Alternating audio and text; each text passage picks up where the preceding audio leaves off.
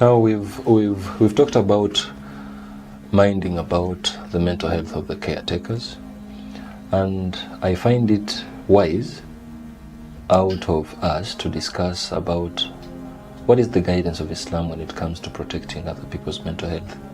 From a general point of view. Yeah, from a general point of view, as we are relating with other people, because Islam doesn't train selfish people. I think if you're talking about mental health, as you're relating with others, you can do a lot that destabilizes mental health of people you're relating with, and so on and so forth. Do you even have anything in Islam that takes us through that? Of course, to begin with, we've talked about the Prophet sallallahu alaihi wasallam, but I think we need to re-emphasize this, especially when it comes to the likes of Anas bin Malik radiallahu anhu, who was his mawla, who was his servant in the house, helper in the house, and he narrates on certain occasions that the Prophet sallallahu alaihi wasallam would come to him and is like, "Why are you sad?" Asking about why he is sad, and also that point of wanting to find out what is going on wrong with someone's life. Maybe if they are sad, try to ask them. Try to ask them, because we live a sad life most of the time, especially when they're under your roof, or maybe they're under your concern. But actually we don't show everyone that we are sad. But if someone is sad in front of your face, it literally means he is interested. That could be a way of opening up. Because I'm showing you that I'm sad, so that maybe you're concerned and ask me why I'm sad. So the Prophet used to recognize those signals, and he would ask Anas bin Malik, "Why are you sad?" Also, the same companion, same helper in the house, he says, "I worked for the Prophet sallallahu alaihi wasallam for 9 years, but he has never backed at me, he has never shouted at me, he has not told me, why did you do that, or why didn't you do this?" So as a person who is the employer, someone who is having someone under your care, I think it is important for you to note that even the way you talk with them, even the way you relate with them, is important for their mental health. That the Prophet Muhammad sallallahu alaihi wasallam was not going to let someone to be in his presence and he's not okay.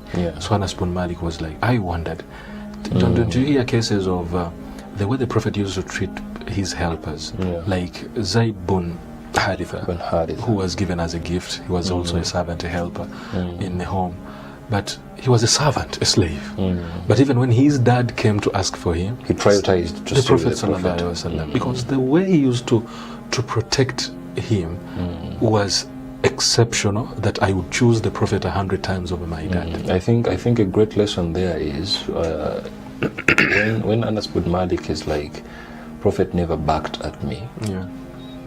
Even with the reality that he was positioned in a situation where it's very difficult to stay away from such of course, such situation. If you are employed, if you're working for someone, you can't stay away from not doing something right. And definitely this actually can also be addressed. It doesn't basically mean that all was good, but out of Prophet's concern to just mind the mental health of whoever is under his roof, he tasked himself to find better ways of saying something, his concern, to the helper, and so on. And of course the gauge of the Prophet to know that maybe something wrong has been done, but it is not destructive. It is not, maybe someone has mopped but they have not mopped so well at one point. You don't need to back at them with that. Exactly. Because what they have done, have they cleaned majority of the place well? It's only this one spot that has not come, but you don't give it much energy of backing, blaming them. You make it a blame game. And actually, in most cases, when someone is being positioned in that way in your life, the Islamic doctrine guidance doesn't approach it in a way of helping them out of pity, but it approaches it in a way of helping them out of concern and out of doing good to them, back to them. Because today people have helpers, maybe at work, maybe at home, but seems like society dictates how bad you're going to treat them. Someone gets a helper, preparing how immoral they're going to treat them, how unjust they're going to treat them, and so on and so forth. But if at all the Prophet takes that step, and this opens the door where the Prophet stops us from demeaning others, ridiculing them. La yaskhar qawmun min qawmin. When Allah is like, don't even take a step of demeaning any group amongst you, because be sensitive when you're speaking to them. You need to mind whoever is going to receive whatever you're saying. So all this is in respect to protect their mental health. Because when it comes to speaking, some people are just good at speaking. And with words, you don't know how much of someone's mental health you're affecting. Exactly. Maybe it only needs a statement to your own child, birth-given kid, to destroy their mental health for years. Maybe your things like, how good can you ever be? How do you do? Are you stupid? How do you do something like that? Exactly. Who does that of your age? How dare you do Look this? at your friends. Look at your friends, your age mates, and so on and so forth. Not being sensitive as you're speaking, it might end up not protecting the mental health of whoever. And actually, this is why the Islamic guidance is you analyze whatever you're going to speak out before. If at all it is not khair, it is not good, then liyasmut, just keep silent, because if you speak it out, then there's a lot at stake. You're going to bring a lot of disaster into someone's health. Do you really think Allah is going to pin someone for that? Look at now this instance where Abdullah ibn Maktoum comes to the Prophet ﷺ, and he is not coming with an emergency. He was blind. And that has to be noted. He's not coming with an emergency. He's just coming, Ya Muhammad, because they were related. Because Abdullah ibn Maktoum was a cousin to Khadija. So he's like, Alimni mimma allamak Allah. Teach me anything, in other words, just anything. I didn't come with an emergency situation.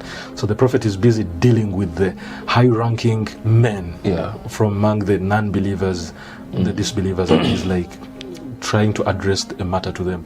And all of a sudden he comes to them, like Allah narrates in the Quran, Abasa wa tawalla. He frowned and turned away from this blind man. And now look at how Allah is protecting our concept of understanding this. If a blind man is coming, frowning is a physical feature. So the blind man is not going to see whether I'm frowning or not. If I turn away, the blind man is not going to see whether I'm turning away or not. But Allah is training us by extension to know that if the standards of my Prophet are that you're not even supposed to frown and turn away from a blind person, then it means if someone is looking at what you're doing, the ridiculing, the demeaning might not be of words, but even the facial expression. If the Prophet ﷺ is talked about the facial expression he put out in Abasa wa Tawalla, it means it is important of even our facial expressions in receiving news from people who see what we are doing. Exactly. And something sweet out of the story, even Allah, in line with putting the right Prophet Muhammad Sallam to the better option, he protected his mental health there. Instead of saying Abasta wa tawallaita, it would be too direct that the Prophet Abasa wa tawalla, like he kept him in the third position, like someone, it looked like someone frowned and someone just put the back to the light. That opens up a very big discussion among scholars of tafsir that even this was not about the Prophet. Exactly. So the sweetness of this religion is that, because that alone shows the level. And talk about the Prophet's guidance when people are having a discussion where, when the third party comes in, make sure you include them in the conversation, if you're still proceeding with the same conversation. If not, then at least you don't continue without addressing them, just to make sure they are protected mentally. So looking at what language am I using? Exactly. Do they understand what you're speaking about? Are they in line? What terms are you using? Yes. Are they in Don't just neglect them and look at them as an outcast or something, include them, create inclusivity even in the conversations. Exactly. Because someone might be disowned, feel isolated. And these are issues that we look at that build up a mental health situation. With someone. I think these are some of the guidelines we are supposed to cope up with when it comes to mining about mental health. Isn't it also important to know about the kind of questions we ask people? Oh yeah. Why aren't you married? How come you don't have a good job at your age? Look at your age mates, how much they have achieved in life. How come you have no children? I think these are questions that spark a lot of true. Someone doesn't feel in place. These are questions that you need to know. Especially if you are not the right person, don't ask such questions. Because you are triggering someone's in respect with protecting their mental health. Yes. Make sure that you are not feeling them feel uncomfortable, that you are asking the right questions and you are the right person. Sometimes, why would you ask, especially a lot of girl children, especially in our societies, are traumatized with, why aren't you getting married? As if everything is in their hands. As if it is them who are supposed to marry themselves off. A lot of things are happening. Some people are not married because of family problems.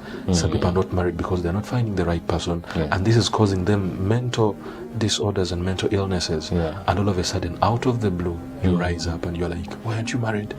So make sure when you're asking some questions, you are the right person and you're asking the right questions. So putting the guidance out there, people getting to understand, to being sensitive as they're trying to inquire, being inquisitive about what is happening within someone's life. Does that bring in tarkuhu ma la ya'nihi? When the Prophet was like, min husni islam al mar'i, if you want to be a perfect good Muslim and understanding, and in this case, if you want to be a Muslim that is protecting other people's mental health, tarkuhu ma la ya'nihi, if you're not involved directly into their business, then you don't by force find a way there by actively attacking questions. Maybe the reason as to why we call them attacking questions, it's because of the sensitivity in them. If someone is not married by 40, it's not their problem. It's not always there. It's not always their problem. So even when they are the problem, it's not your position to ask them directly. If someone doesn't have a child by 40, that is obviously not their problem. It's obviously not their problem. And if you ask, it's like you're putting it onto them, and it might spark something mentally. If someone, whatever situation, that social pressure comes with a lot to Talking about social pressure, we need to discuss social order too. That the relationships we are having, you make sure you protect them from the things that kill these relationships. Vices. The vices. Because a relationship, you might cause someone, maybe because of the dishonesty, because of the lies, the hypocrisy, the disloyalty. Someone doesn't believe in love anymore. Because of something that you disturbed them. Now it is a disorder going on with their minds. They have to battle with it. So some friend of mine was doing khitbah, or Islamic dating, something like that, and this girl lied to him. This girl, actually the girl was in one country and she lied that she was in another country, things like that, and boy found out from a third party about this, and he's like, oh wow, she can't lie to me this way, because now I can't know when did the lies begin. Because I doubt everything that has been happening now. Then it means I can't continue with this person. Now I'm going to be hyper vigilant with everyone that comes in my life next, trust issues, because of something someone did. So Islam calls us to be honest. Islam calls us to feel for other people. Islam calls us to be empathetic. Don't just focus on yourself. Is that so long as I am okay, other people don't matter. That is not our doctrine. And actually, it's very evident that some people end up doing acts of betrayal with others, and the aftermath of that to whoever is receiving the betrayal is actually too intense. Someone ends up not trusting anyone, Some levels are extreme that they even reach suicide. Exactly, suicide. So it really has to be addressed in that. The awareness is really key. For the last thing you need is for Allah to pin you for killing someone when you never killed them, but you actually sponsored their killing.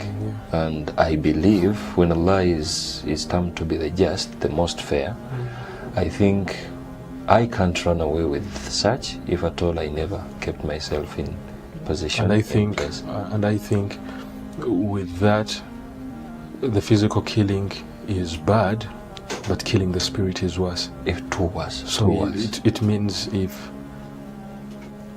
we are really afraid of causing someone physical death, we are supposed to even pay much attention to causing someone lose their own spirit, because like you said, وَلَا تَكُونُوا كَالَّذِينَ نَسُوا اللَّهَ فَأَنْسَاهُمْ أَنفُسَهُم. One of the punishments Allah takes upon himself to do is to make someone lose their own selves.